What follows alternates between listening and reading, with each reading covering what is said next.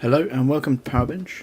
I will be reviewing USB power banks such as this one and associated accessories, USB cables.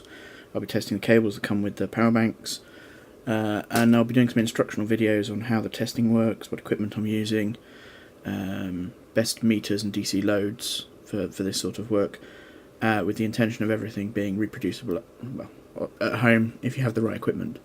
I'm going to make sure the entire process is as documented as it possibly can be, and keep the reviews as impartial as possible. So because of that, I'm not going to be accepting any advertising money or review products. Every single device I test will be purchased by myself from retail channels, making sure that there's no review samples that are better quality than what you might buy off the shelf, and making sure that there's no favours that are owed by a manufacturer for supplying a review sample.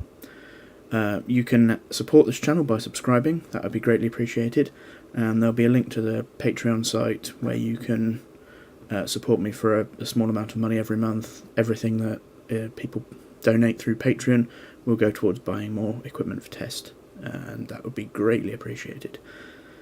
If you have any questions, please feel free to ask them below, and I'll try and get back to you as soon as possible. I look forward to making some videos for you.